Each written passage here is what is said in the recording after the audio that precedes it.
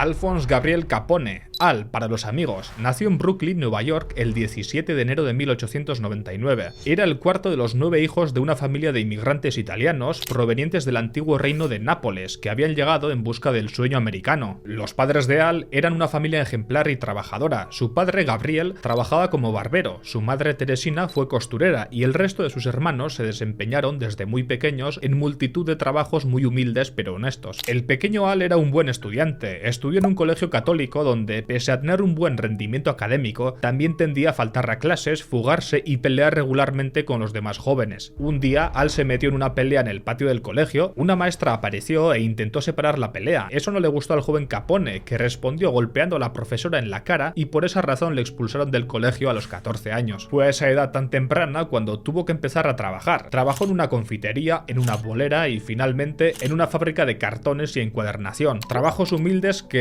evidentemente nada tenían que ver con las grandes historias con ánimo de lucro que le deparaban en el futuro. Historias de crimen, poder y dinero.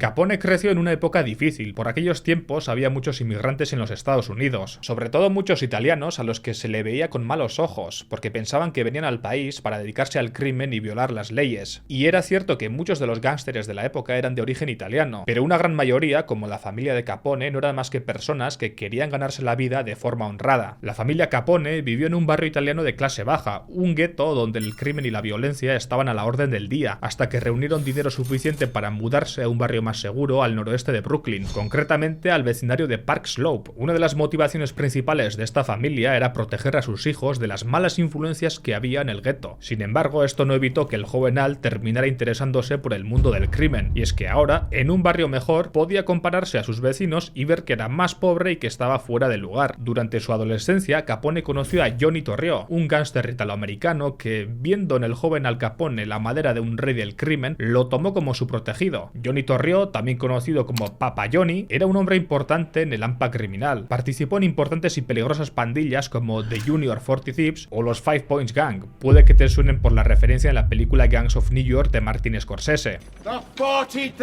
Torrio era conocido por su diplomacia. Es en serio, era un hombre amable y que prefería solucionar las cosas por medio de alianzas y de buscar un bien común, aunque también era perfectamente capaz de usar la violencia y eliminar del mapa a todos los que no quisieran hacer las cosas por las buenas. Una estrategia que Capone aprendió rápido. No en vano, a Capone se le atribuyen frases como: no confundas mi amabilidad con debilidad. Soy amable con todos, pero cuando alguien no lo es conmigo, la debilidad no es lo que recordarás sobre mí. O puedes conseguir mucho más con una palabra amable y una pistola que con una sola palabra amable. El caso es que, como el protegido de Johnny Torrio, Al Capone fue ganando experiencia y notoriedad entre la mafia neoyorquina, conociendo a personajes tan importantes como Salvatore Lucania, líder de la familia Genovese, y Francesco Joelle, mejor conocido como Frankie Jail, para el que trabajó como guardaespaldas, realizó trabajos de extorsión a pequeños comercios y trabajó como portero en varios de sus burdeles. Sería en este periodo de su vida cuando el joven Capone, que en aquel entonces apenas tendría 18 años, se ganó uno de los apodos que más le definiría por el resto de su vida y que ha inspirado multitud de películas y obras narrativas: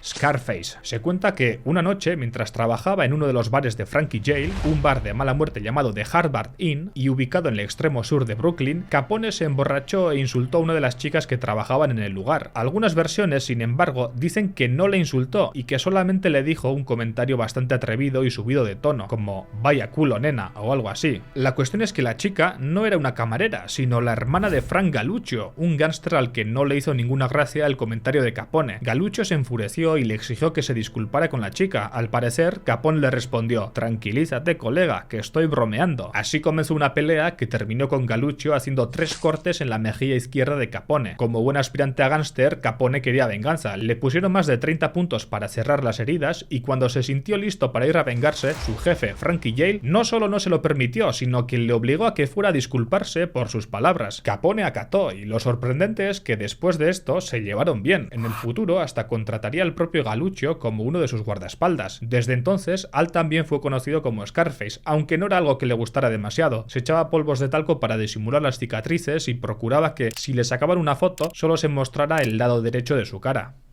Antes de continuar, me gustaría invitaros a foroclickbait.com, una página web creada por mí mismo donde discutimos sobre creación de contenido, herramientas de inteligencia artificial y sobre la vida en general. Si te interesa este mundillo, puedes registrarte totalmente gratis y formar parte de la comunidad. Aparte del foro, ahora también tengo una sección premium donde semanalmente escribo una lección sobre cómo hago mis vídeos de YouTube y realizo videollamadas en directo corrigiendo los canales de los suscriptores. En este caso, la suscripción es de 15 euros mensuales y no hay ni descuentos ni trucos de marketing ni nada. Y ahora sí, continuamos.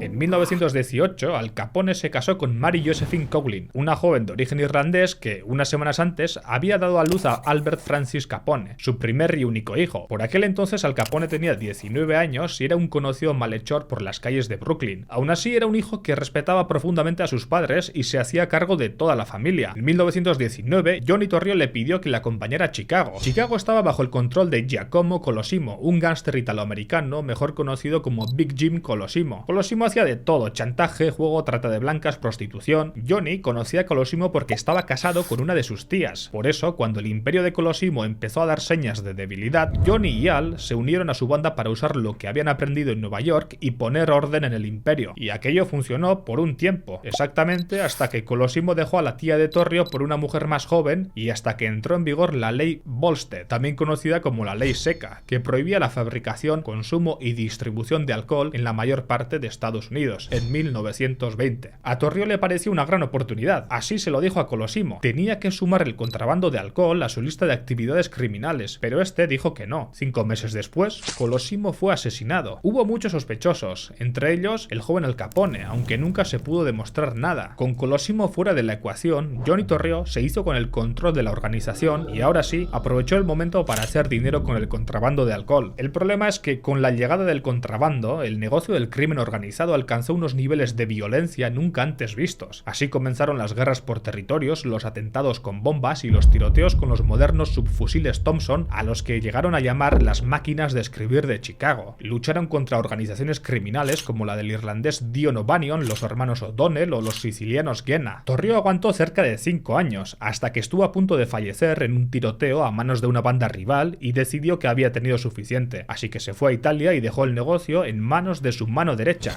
Al Capone. De esta forma, con tan solo 26 años, Al Capone se convirtió en el jefe indiscutido de una de las bandas criminales más poderosas de Chicago y un temible rival para todos sus enemigos, en parte porque ya se había ganado una reputación de cuidado como mano derecha de Torrio, pero mayormente por su forma violenta y eficaz de operar. Scarface heredó un imperio que contaba con entre 700 y 1000 pistoleros y matones peligrosos, además de una red que incluía cervecerías ilegales y una red de transporte que llegaba hasta Canadá. Este imperio se llamó el Chicago Outfit o la South Side Gang. Su ascenso al poder inició una guerra contra todas las bandas criminales rivales y que terminó, en todos los casos, en una irrefutable victoria para Scarface, que en menos de un año había liquidado o controlado a todos sus rivales, a todos menos a Bugs Moran, de quien hablaremos más adelante. El caso es que en tan solo 5 años, Al Capone se convirtió en toda una figura mediática llena de luces y sombras. Durante ese periodo, el mafioso gastó millones de dólares sobornando a policías, jueces, abogados y políticos. Además, Al Capone proveía de alcohol a toda esta gente, lo que le dio cierta inmunidad y buena prensa. Él se consideraba a sí mismo como algo más que un criminal. Consideraba que, con el contrabando de alcohol, estaba realizando una suerte de obra pública. Llegó a decir frases como: el servicio público es mi lema, solo soy un hombre de negocios, dándole a la gente lo que quiere. O siempre me he opuesto a la violencia, a los disparos. He luchado, sí, pero he luchado por la paz. De hecho, John Newton Loomis, el alcalde de Miami Beach, vendió a Capone su famosa mansión blanca de estilo colonial y de 2.800 metros, ubicada en Palm Island. Los vecinos de Miami Beach lo criticaron y se quejaron, y John Newton respondió lo siguiente: Capone no es peor que muchos otros que hay aquí. Como curiosidad, el actual presidente de Argentina, Javier Milei, considera a Al Capone un héroe. Digamos que Al Capone para mí es un héroe.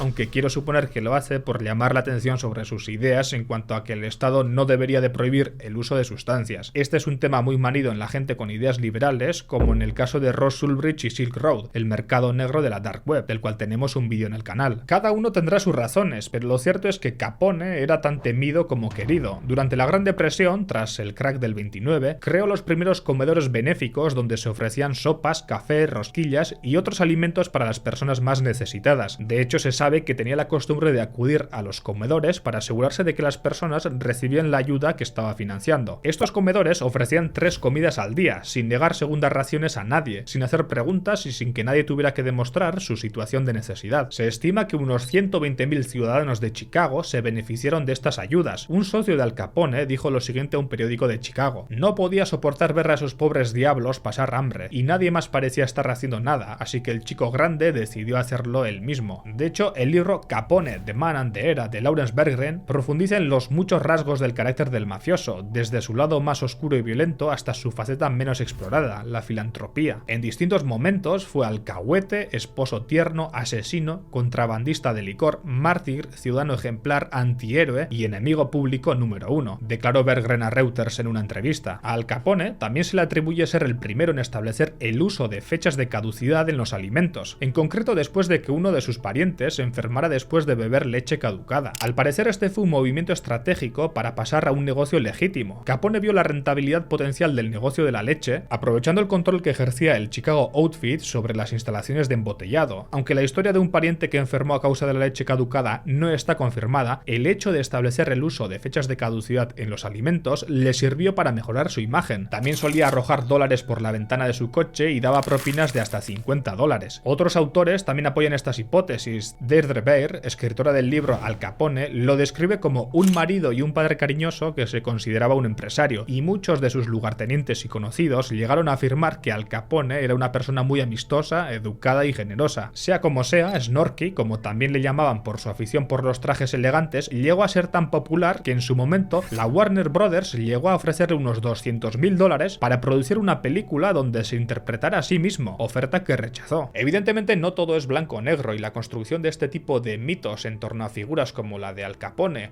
o como por ejemplo la de Pablo Escobar es algo bastante común. Pero no os despistéis, Capone era un hombre temido, y con razón.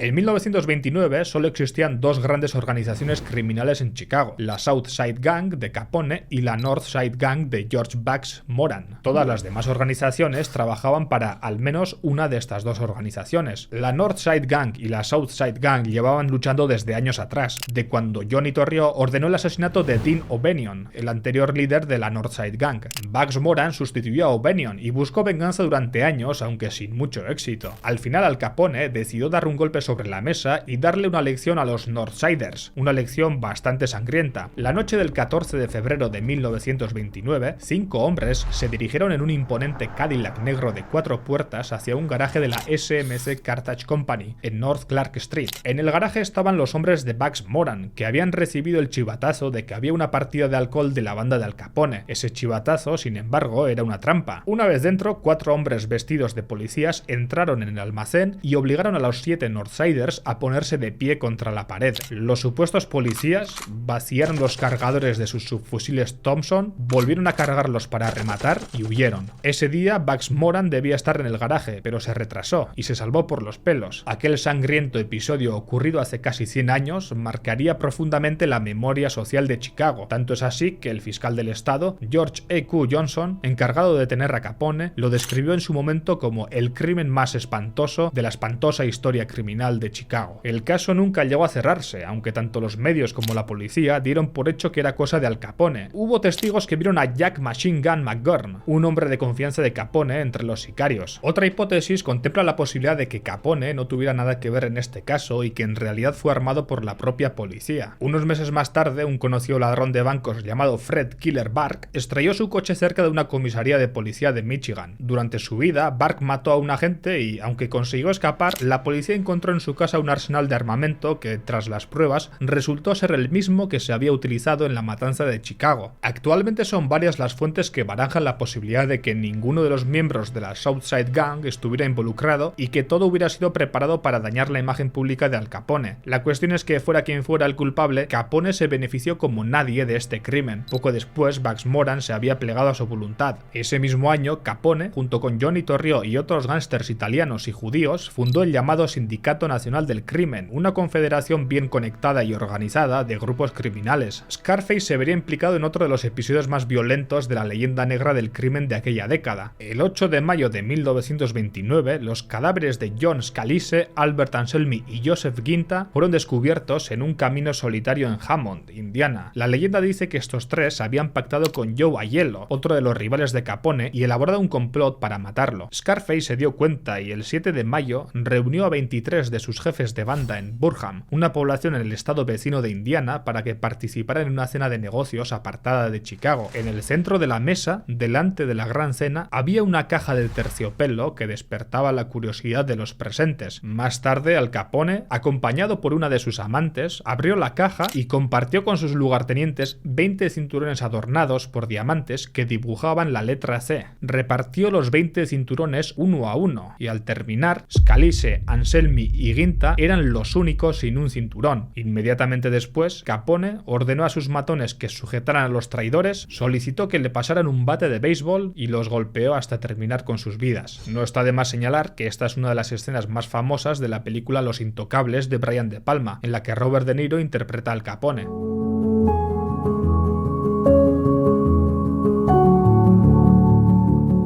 1929 fue el año en el que Al Capone alcanzó su máximo poder e influencia, pero también fue el principio del fin de su imperio, porque en 1929 Elliot Ness, un agente de la Oficina de Prohibición, fue destinado a Chicago con el objetivo de acabar con el imperio de Al Capone. Ness era un hombre tímido, solitario y con un leve problema de tartamudez. Fue asignado a Chicago porque Herbert Hoover había prometido encarcelar a Al Capone si llegaba a ser presidente, y así fue. Elliot Ness había crecido en Chicago y se dice que durante su niñez su padre le dijo las siguientes palabras: esta ciudad, hijo, tiene 3 millones de habitantes y medio millón de coches. Tiene de todo y absolutamente todo está en manos de la mafia. Aquellas palabras lo marcaron profundamente y, aunque llegó a ser rechazado por el FBI en más de 3 ocasiones, aceptó sin dudar la oportunidad de enfrentarse al reino criminal de Capone. Lo primero de lo que se dio cuenta Ness cuando lo destinaron a Chicago fue que todo el mundo estaba comprado, todos eran corruptos. Por eso desarrolló un plan: crear un grupo cerrado de investigadores limpios e intachables que se encargaran de sabotear los negocios de Capone, con el objetivo de que éste se quedara sin dinero para seguir sobornando a los policías, jueces y abogados que tenía en nómina. Esta parte del plan parece un poco loco, ya que el dinero que Capone generaba anualmente era estratosférico, más de 100 millones de dólares al año, aunque según National Geographic también se gastaba unos 125 millones de dólares al año solo en sobornos. El caso es que Ness recibió carta blanca para actuar en Chicago sin ninguna supervisión, pudiendo elegir él mismo a su equipo y sin obligación de responder ante nadie aparte de George E.Q. Johnson, el procurador de Chicago, y su ayudante William J. Freilich. Entonces comenzaron las redadas contra las destilerías y cervecerías de Capone. Resulta que había una gran operación de teléfonos pinchados y así es como Ness conseguía información de las destilerías. En 6 meses, Ness presumía de haber descubierto cervecerías que generaban más de $1 millón en ganancias. En una ocasión, Elliot Ness convocó una rueda de prensa para informar que tanto él como los 12 hombres de su equipo habían recibido ofertas de soborno por parte de los mafiosos de Capone, ofertas que desde luego rechazaron. Al día siguiente, los periódicos publicaron el siguiente titular: Ness y sus jóvenes agentes han demostrado a Al Capone que son incorruptibles o untouchables en inglés, es decir, intocables. Este apodo era, en más de un sentido, exagerado. La figura de Elliot Ness también se ha visto mitificada por el cine. Algunas fuentes dicen que no era tan intachable y lo describen como un mujeriego. También dicen que inventó muchos de los encuentros entre él y el mafioso que relata en su libro Los Intocables. De hecho, según el propio Lawrence Bergreen, autor del libro Capone, el hombre y la época, Ness exageró deliberadamente muchas de las hazañas del gángster. De todas formas, la aparición de los Intocables comenzó a causar problemas para Al Capone. Elliot Ness sufrió varios intentos de asesinato y uno de sus íntimos amigos fue liquidado. En 1929, los otros capos como Frank Costello, Lucky Luciano, Joe Massaria e incluso su eterno rival Bugs Moran le hicieron ver a Al Capone que sus métodos estaban poniendo en peligro los intereses de toda la mafia y le propusieron 2 cosas. cosas. La primera era que pactara una tregua con Bugs Moran y la segunda que desapareciera del ojo público por un tiempo. Al Capone aceptó la propuesta. Un día se acercó a un policía y le entregó su arma, un revólver número 38, y se autoinculpó de porte ilícito de armas de fuego. La noticia apareció en todos los periódicos, aunque ignorando las circunstancias del arresto, y Capone cumplió una condena de 1 año de cárcel, que le fue rebajada a 10 meses por buena conducta. La organización quedó bajo el control de su hermano Ralph the Bottle Capone. El problema fue que para cuando volvió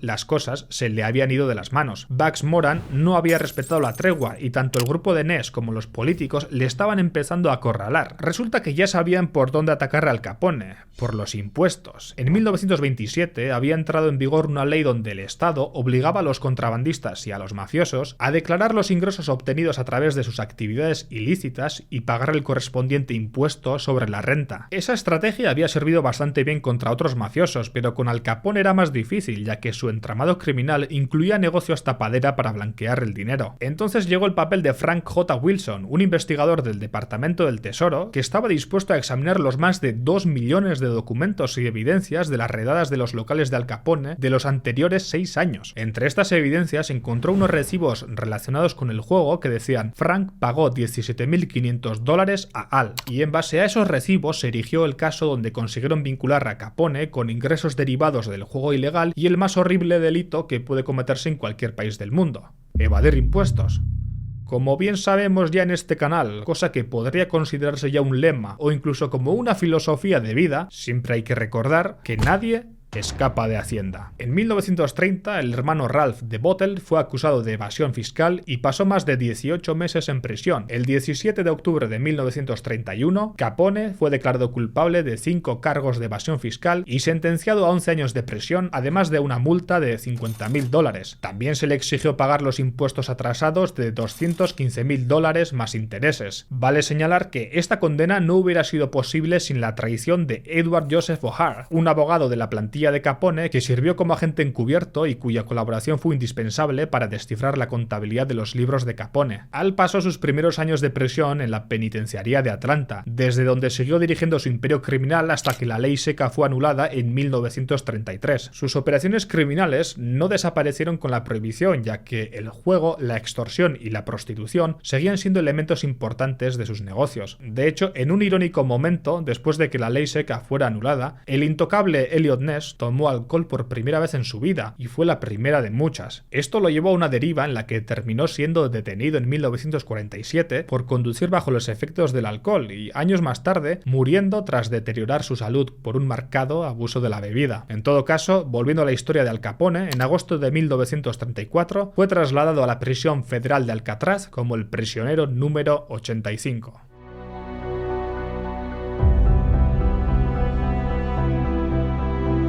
La prisión federal de Alcatraz se encontraba en una isla rocosa y de poca vegetación, ubicada a más de 1,5 kilómetros de la costa de San Francisco. Sus límites, rodeados por la violenta marea y agua fría, servían de barrera para cualquier intento de fuga. Fue considerada la prisión más estricta y temible de los Estados Unidos, y así lo fue para Al Capone, aunque no por los guardias ni por los reclusos. Desde Alcatraz ya fue incapaz de sostener su imperio criminal, mucho menos de recibir el trato preferencial del que había disfrutado en Atlanta, y tuvo que conformarse con ser un prisionero más y trabajar en la lavandería de la prisión como hacían los demás reclusos. Se dice que se entretenía tocando el banjo y la mandolina y que tuvo que soportar que los jóvenes reclusos se refirieran a él como "Walk with the Mob", el italiano con la escoba. Desgraciadamente, el tormento de Capone vendría por otra razón. Años atrás, Al Capone había contraído la sífilis, una enfermedad venérea que habría pillado tras sus constantes visitas a los burdeles. El capo nunca se trató la sífilis, ya que, pese a ser capaz de asesinar sin problemas, le tenía pavor a las inyecciones. Una vez en prisión, la enfermedad se fue extendiendo, empeorando gravemente su condición. El 26 de noviembre de 1939, tras pasar varios años en el hospital de la prisión y habiendo hecho méritos por buena conducta, Al Capone fue puesto en libertad con evidentes señas de una avanzada demencia sifilítica. Era un hombre que divagaba, se había vuelto incapaz de caminar y babeaba. Al salir de Alcatraz, el temido Scarface era apenas un recuerdo del hombre que había entrado ahí, un recuerdo que conservaba al menos la cordura suficiente para ordenar la liquidación de del traidor Edward O'Hare, que fue tiroteado durante un viaje en coche una semana antes de que Capone saliera de prisión. Una vez libre, el viejo amo de Lampa, arruinado ya y dependiendo económicamente de sus hermanos, se recluyó en su propiedad de Miami Beach con su mujer, su hijo y sus nietos, una familia a la que logró mantener apartada del negocio y que se mantuvo a su lado mientras vivía sus últimos días, convertido en un niño grande. Se dice que tenía una edad mental de 7 años y pasaba el tiempo con su familia yendo al cine y comiendo dulces y chucherías. El 25 de enero de 1947, mientras tomaba un baño en su mansión de Palm Island, Alphonse Capone murió a los 48 años de edad por culpa de una hemorragia cerebral. Fue enterrado en el cementerio de Mount Carmel al oeste de Chicago, donde sus restos descansarían para siempre junto a los de su padre y su hermano, ocultos bajo una lápida adornada con la súplica: Jesús mío, ten compasión.